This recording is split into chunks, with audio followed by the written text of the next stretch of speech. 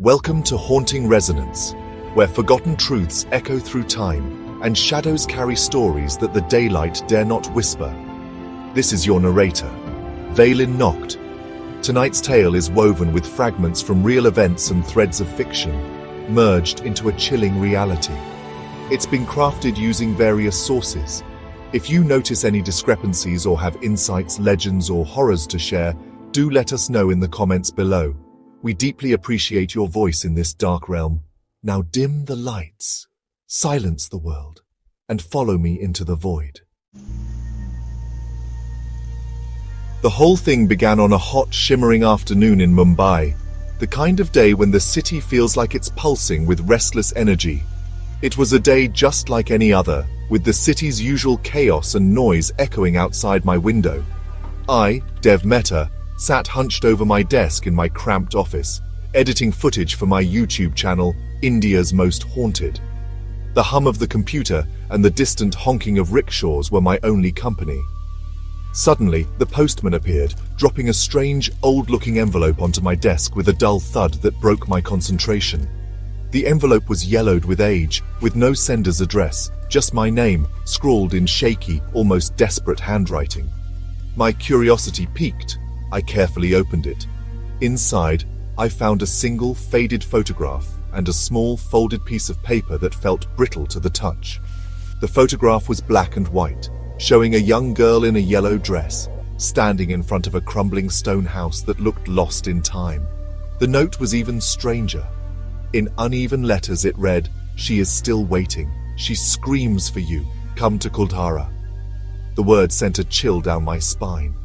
My team, Samir and Reena, gathered around, their faces a mix of shock and disbelief as they read the letter. Samir immediately laughed it off, convinced it was just an elaborate prank or a fan trying to spook us. But Reena, always sensitive to the unexplained, said she felt a strange, almost electric energy coming from the photograph.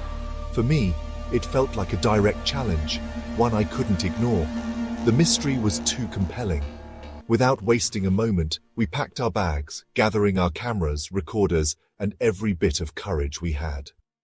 The journey to Rajasthan was long and tense, filled with a mix of excitement, nervous laughter, and a growing sense of dread as we neared our destination.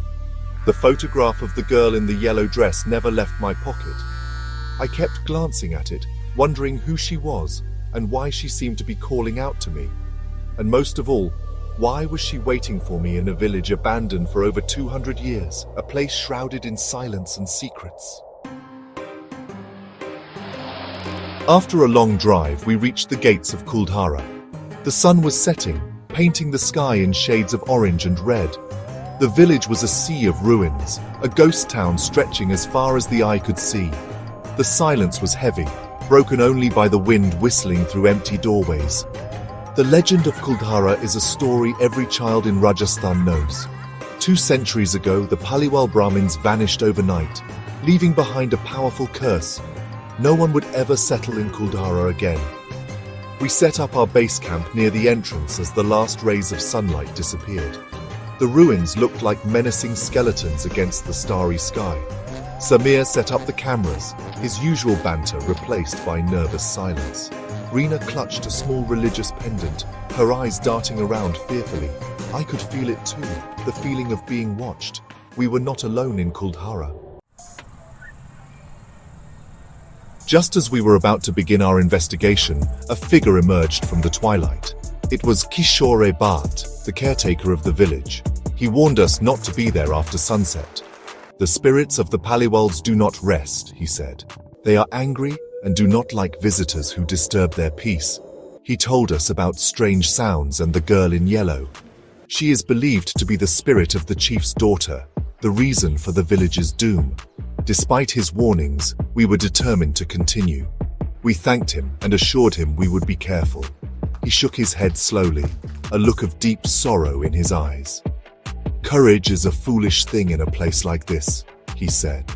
As his lantern disappeared into the darkness, a cold wind swept through our camp. The heavy silence of Kuldhara returned, filled with the weight of Kishore Bhatt's ominous words. Our first point of investigation was the old village well.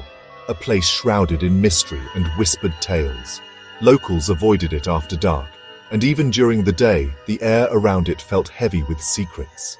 It was said that many young women had ended their lives there, their stories lost to time, but their sorrow lingering in the air. The air around the well was noticeably colder, and our EMF meters buzzed wildly, picking up energy spikes that seemed to pulse with an unseen presence. Samir set up a camera while Rina and I started a session with our digital voice recorder, hoping to capture any voices from beyond. "Is there anyone here with us?" I asked, my voice barely above a whisper. We waited, listening intently, every sound amplified by the silence of the night. Then, a faint sound reached our ears, the soft metallic sound of a small bell, echoing through the darkness as if from another world. It seemed to be coming from the direction of the well, drawing our attention and sending chills down our spines. Rina gasped and pointed towards the well, her hand trembling as she struggled to find words. A faint, shimmering shape of a woman seemed to be standing at the edge of the well, her outline barely visible but unmistakably human. It vanished, as if it was never there, leaving us questioning our senses and the reality of what we had just witnessed. Samir checked the camera footage, his hands shaking with anticipation as we crowded around the small screen. There, on the screen, was the undeniable shape of a female apparition, her form flickering in and out of focus. We had our first piece of evidence, a chilling confirmation that something truly haunted this place. When we asked, "What is your name?"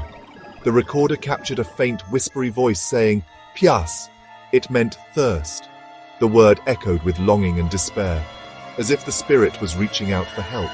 The temperature dropped further, and a feeling of immense sadness washed over us, making us realize just how deep the well's secrets ran. Our next stop was the Haveli, the grand house that once belonged to the village chief. Its imposing structure loomed over us, casting long shadows as the sun dipped below the horizon. The air around it felt charged, as if the building itself was holding its breath, waiting for us to approach.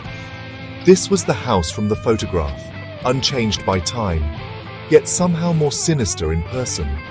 The faded image in my hand seemed to tremble as I compared it to the real thing. As we approached, a sense of dread filled me. Every step closer made my heart beat faster, and the silence around us grew heavier. The air was heavy, making it difficult to breathe. Our equipment went haywire. Cameras flickered, batteries drained, and static filled our audio recorders. It was as if the Haveli itself was resisting our presence. I decided to go inside alone, with just a night vision camera and a voice recorder. My team waited anxiously outside, their faces pale in the dim light.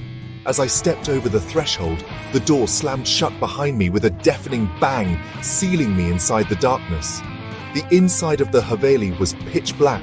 Shadows seemed to move along the walls, and every creak of the old floorboards echoed through the empty halls. I walked slowly towards the center of the courtyard, calling out into the darkness, my voice trembling slightly with fear. "I am here. What do you want to tell me?" My words seemed to vanish into the thick, silent air, swallowed by the shadows. Then I heard it, a faint tinkling sound of anklets echoing down the hallway. My blood ran cold, and I froze in place, straining to listen. Suddenly, a blood-curdling scream echoed through the Haveli, bouncing off the ancient walls and making my skin crawl. I felt a freezing cold touch on the back of my neck, as if invisible fingers were reaching out from the darkness. I screamed and scrambled to pick up my torch, my hands shaking uncontrollably as panic set in. When I finally switched it on, there was no one there. The room was empty, but the sense of being watched was overwhelming. I ran out of the Haveli, my heart hammering against my ribs, desperate to escape whatever haunted those ancient walls. The scratch marks were just the beginning.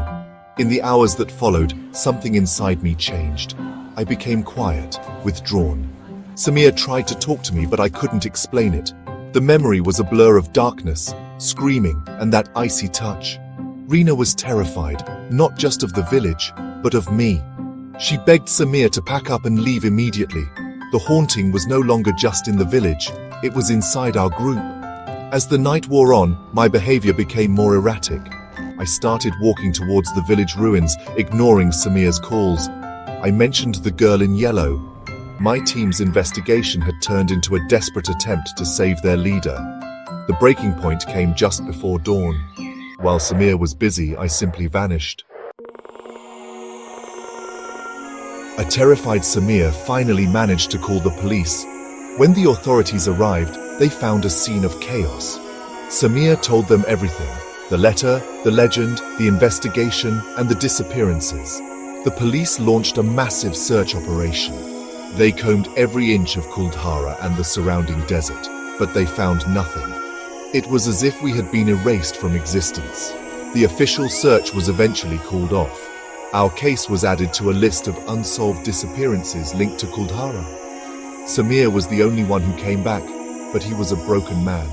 He never touched a camera again. He quit the field of paranormal investigation, but the horror of Kuldhara never truly left him. He told the police that sometimes, late at night, he could still hear a faint whisper. The official police file on the Kuldhara disappearances remains open. It's a thin file for such a big mystery. It concludes with a simple, chilling statement. No logical explanation found. Case remains unsolved. For the world outside, it's just another strange story. But for the locals, it is a stark reminder of the power that resides in that abandoned village. Over the years, more stories have been added to the legend.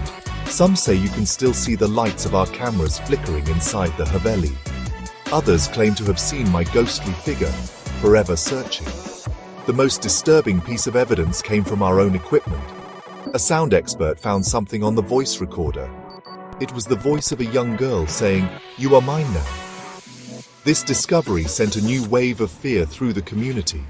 The village is not just a haunted place, it is a hunting ground. Today is July 31st, 2025. Years have passed since that fateful night. The story of my team has become a part of Kuldhara's terrifying folklore. My YouTube channel, India's Most Haunted, lies dormant. We went looking for a ghost story, and we became one. Our disappearance serves as the ultimate warning. The village of Kuldhara still stands, silent and brooding. It continues to be a popular tourist spot during the day. Kishore Bhatt still tells his stories, his voice filled with a sad, "I told you so." The curse of the Paliwal Brahmins feels more real than ever. The spirits are not just echoes of the past, they are an active presence. If you ever find yourself on the dusty roads of Rajasthan, remember my story. Listen to the wind, and you might hear a chilling whisper that says, "Mine." The mystery is not meant to be solved. It is meant to be a warning. You've now walked the bloodied corridors of fate and fear, heard the cries stitched between the known and the forgotten. This is Valen Noct, and you've just experienced another whisper from the abyss, on Haunting Resonance. If this story unsettled you, let us know. If you have tales buried in time or ideas crawling at the edge of sleep, drop them in the comments. One of them might echo next. Until the next resonance, stay wary of shadows. Resonance, where every shadow tells a story. Subscribe for more true horror stories. And don't forget to like, comment, and share if you dare. Follow us on social media for updates. Until next time, let the darkness guide you.